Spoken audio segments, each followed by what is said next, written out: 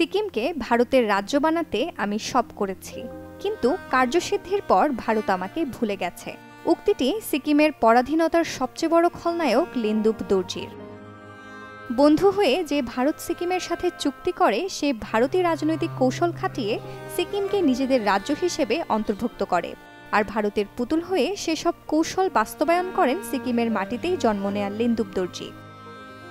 1947-এর ভারত বিভাজনের সময় ব্রিটিশরা দেশীয় রাজ্যগুলোকে 3টি অপশন দেয়: ভারতে যোগ দাও, অথবা পাকিস্তানে যোগ দাও, কিংবা স্বাধীন থাকো। এরপর কিছু রাজ্য ভারতে এবং কিছু পাকিস্তানে যোগ দিলেও সিকিম, হায়দ্রাবাদ ও জম্মু কাশ্মীরের জনগণ স্বাধীন থাকার সিদ্ধান্ত নেয়। কিন্তু পরবর্তীতে 3টি রাজ্যই চলে যায় ভারতের দখলে। কিভাবে একটি রাজনৈতিক দল ও একজন রাজনীতিবিদ সিকিমের স্বাধীনতাকে ভারতের কাছে বিসর্জন দিয়েছিল, চলুন জানি সেই ইতিহাস। মাত্র 7096 বর্গ কিলোমিটার আয়তনের রাজ্য সিকিম। পৃথিবীর 3য় উচ্চতম পর্বতশৃঙ্গ কাঞ্চনজঙ্ঘার কোলে অবস্থিত উত্তর ও উত্তর পূর্বে স্বায়ত্তশাসিত তিব্বত, পূর্বে ভুটান, পশ্চিমে নেপাল ও দক্ষিণে পশ্চিমবঙ্গ। চিকেন নেক শিলিগুড়ি করিডোরের খুব কাছে হওয়ায় সিকিম ভূকৌশলভাবে গুরুত্বপূর্ণ। প্রতিষ্ঠার পর থেকেই সিকিম ছিল তিব্বতের একটি আশ্রিত রাজ্য। 18 শতকের শুরুর দিকে প্রতিনিয়ত নেপালের আক্রমণের শিকার হতো সিকিম। নেপাল তখন গোর্খা রাজ্য নামে পরিচিত ছিল। সিকিমে হামলা চালাতে গিয়ে গোর্খারা ব্রিটিশ ভারতের রাজ্যগুলোতেও হামলা চালাতে শুরু করে। গোর্খাদের লাগাতার আক্রমণে অতিষ্ঠ হয়ে সিকিমের জনগণ ও ব্রিটিশ রাজ গোর্খাদের বিরুদ্ধে একজোট হয়ে যুদ্ধ ঘোষণা করে। শুরু হয় অ্যাংলো নেপালি যুদ্ধ বা গোর্খা যুদ্ধ। যুদ্ধে পরাজিত নেপাল চুক্তি অনুযায়ী সিকিমের অধিকৃত অঞ্চলগুলো ফিরিয়ে দিতে বাধ্য হয়। তবে এর বিনিময়ে ব্রিটিশরা সিকিমের ওপর নিজেদের প্রভাব বাড়িয়ে দেয়। এমনকি সিকিমের রাজাকে চাপ প্রয়োগ করে নির্দিষ্ট পরিমাণ কর দেওয়ার শর্তে দার্জিলিংয়ের নিয়ন্ত্রণ নিজেদের হাতে নিয়ে নেয় তারা। এরপর বিভিন্ন ঘটনা প্রবাহে ব্রিটিশ ভারত ও সিকিমের সম্পর্কে ফাটল ধরে।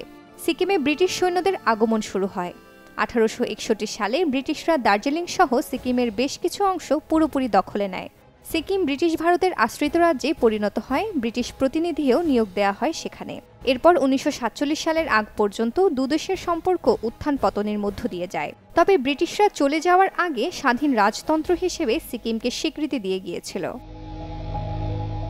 ব্রিটিশরা চলে যাওয়ার পর সিকিম স্বাধীন সার্বভৌম রাষ্ট্র হিসেবে থাকবে নাকি ভারতের অধীনে চলে যাবে, সেই প্রশ্নে বিভেদ তৈরি হয়। সিদ্ধান্ত নেওয়া হয় সাধারণ মানুষের মতামতকেই এক্ষেত্রে প্রাধান্য দেওয়া হবে। অনুষ্ঠিত হয় গণভোট। এই ভোটে জনগণ সার্বভৌমত্বের পক্ষে রায় দেয়।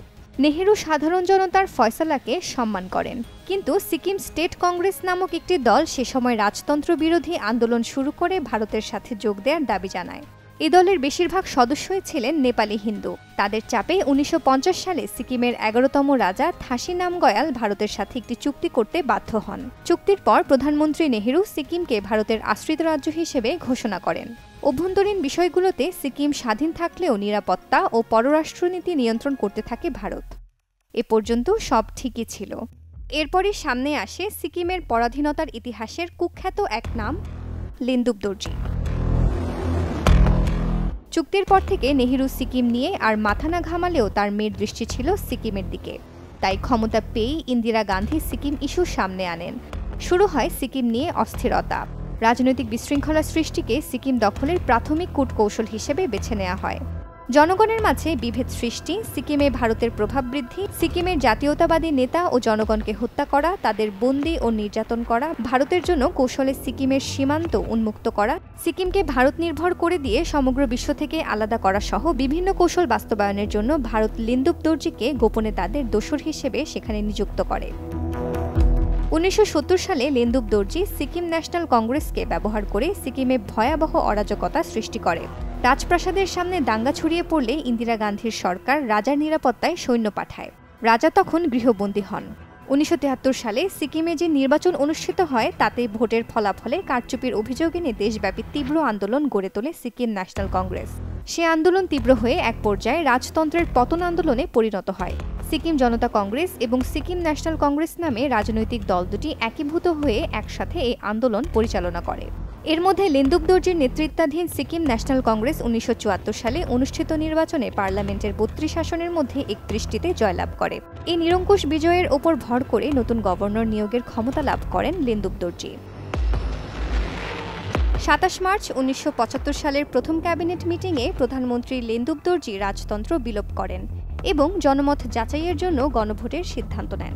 ততদিনে নতুন সরকারের পৃষ্ঠপোষকতায় সিকিমে ভারতীয় সেনাবাহিনী স্থায়ী ঘাঁটি গেড়ে ফেলেছিল। 6 এপ্রিল 1975 সাল সকালে উঠে রাজা পালডেন দেখতে পান ভারতীয় সৈন্যরা তার প্রাসাদ ঘিরে ফেলেছে। 243 জন পাহারাদারকে কবজা করতে 5000 ভারতীয় সৈন্যের আধ ঘন্টার বেশি লাগেনি। বন্দী হন স্বাধীন সিকিমের শেষ রাজা।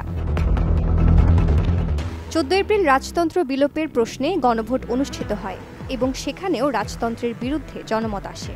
তবে অভিযোগ আছে ভারতীয় সেনাবাহিনী রাজতন্ত্রের বিপক্ষে ভোট দিতে জনগণকে বাধ্য করেছিল।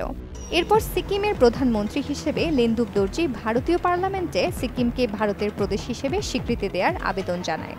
অবশেষে 26 এপ্রিল 1975 সালে আনুষ্ঠানিকভাবে সিকিম ভারতের রাজ্য হিসেবে স্বীকৃতি পায়। এভাবেই ভারতের প্রত্যক্ষ মদত ও ক্ষমতালিপ্সু লেন্দুব দর্জির জন্য স্বাধীনতা হারায় সিকিম। বর্তমানে ভারতের দ্বিতীয় ক্ষুদ্রতম প্রদেশ হিসেবে পরিচিত এই রাজ্য।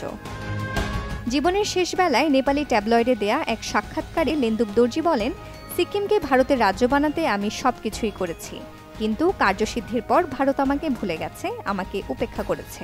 আগে আমাকে লাল গালিচা অভ্যর্থনা দেওয়া হতো, এখন দ্বিতীয় সারির রাজনীতিকের সাথে সাক্ষাৎ করতে চাইলে আমাকে কয়েক সপ্তাহ অপেক্ষা করতে হয়। Desk report, channel 24।